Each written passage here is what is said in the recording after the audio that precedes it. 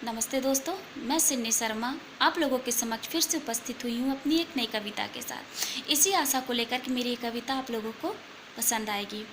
तो चलिए मैं अपनी कविता आप लोगों के समक्ष रखना चाहूँगी। ये कविता स्पेशली आज की युवा पीढ़ी को समर्पित है। मैं अपनी कविता आप लोगों के समक्ष पहले प्रस्तुत करती हूँ, फिर इसके बारे में हम दो शब्द बातें करेंगे। तो चलिए शुरू करते हैं। आखिर क्यों? ऐ ज़िंदगी तू तो एक बार ही मिलती है, ऐ ज़िंदगी तू तो एक बार मिलती है, एक बार खोने के बाद थोड़ी ना बार बार मिलती है। एक बार खोने के बाद थोड़ी ना बार बार मिलती है। ज़िंदगी तो खुदा की देन है, ज़िंदगी तो खुदा की देन है जो बड़े भाग्य से मिलती है। पर ये कैसी ज़िद, ये कैसी ख्वाहिश, या जाने किस दुश्मनों की है ये साजिश जो ज़िंदगी से बड़ी बन जाती है और अपने ही हाथों इसका दम घोट जाती है, और अपने ही हाथों इसका दम घोट जाती है। छू कर भी आसमान की ऊंचाइयों को ऐसा क्या है, छू कर भी आसमान की ऊंचाइयों को ऐसा क्या है जो अछूता रह जाता है। किसके लिए मन असंतुष्ट और छटपटाता है, बेचारा मन क्यों इतना हताश परेशान और व्याकुल हो जाता है। बेचारा मन क्यों इतना हताश परेशान और व्याकुल हो उठता है। उस वक्त क्यों कोई अपना याद नहीं आता है। ये कैसे धागे, ये कैसी डोर है, ये कैसे धागे, ये कैसी डोर है जिसमें उलझती जा रही जिंदगी की तमाम खुशियाँ, आशाएं, अभिलाषाएं, उल्लास और विश्वास है। मानो मानो टूट रही जिंदगी की हर आस है और हर एक अपना कर रहा उपहास है। रह रह के मन में उठता ये कैसा ख्याल है, और रह रह के मन में उठता ये कैसा ख्याल है जैसे आने वाला कोई तूफान है, जैसे आने वाला कोई तूफान है।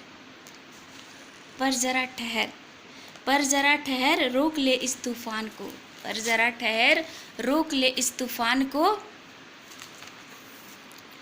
आशा की कोई किरण तो होगी जो अभी भी तैयार है तेरा साथ निभाने को, आशा की कोई किरण तो होगी जो अभी भी तैयार है तेरा साथ निभाने को।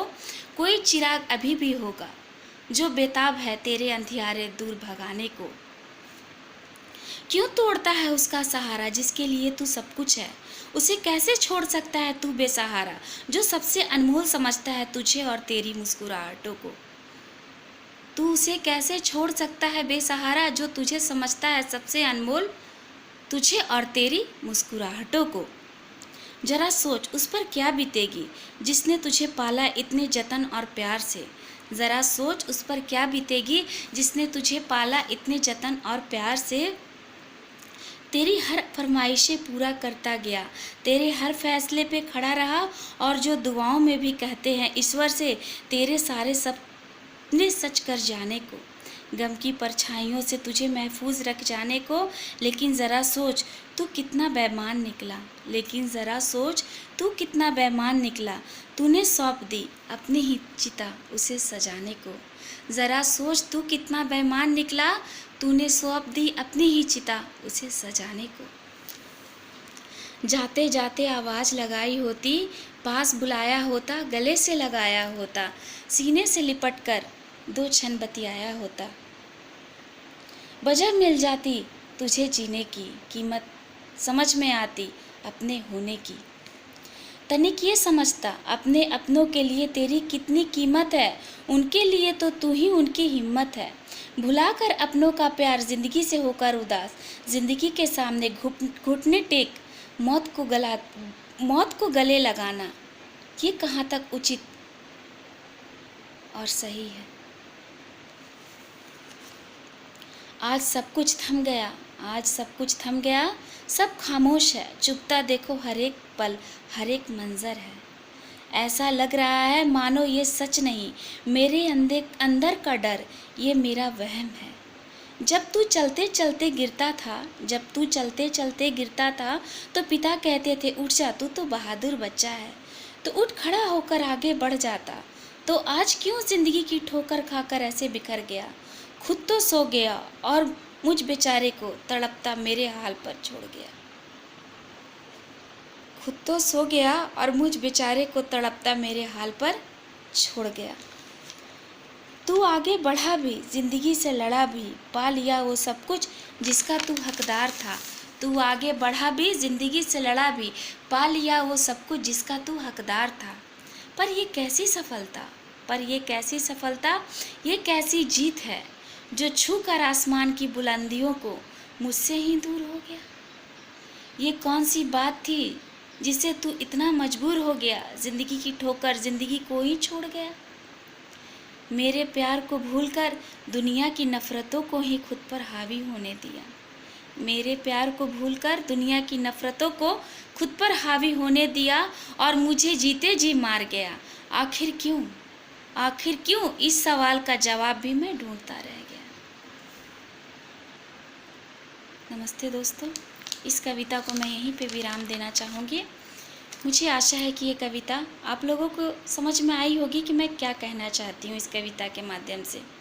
जी हाँ दोस्तों, अभी हमने बहुत ही फेमस फिल्म कलाकार सुशांत सिंह राजपूत के बारे में टीवी पे देखा और सुना। उसे देखकर हमारा हृदय बहुत ही रो उठा कि क्या हो गई है आज की युवा पीढ़ी को। सब कुछ पाकर भी क्या है जो इनसे वंचित रह जाता है। ये नफ़रत इतनी बलिष्ठ, इतनी बड़ी कैसे हो जाती है कि इंसान अपनों के प्यार को भूल जाता है।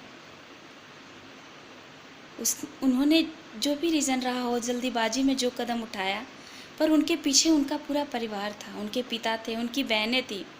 उन लोगों के बारे पे उन्होंने सोचा होता उन पर क्या बीतेगी।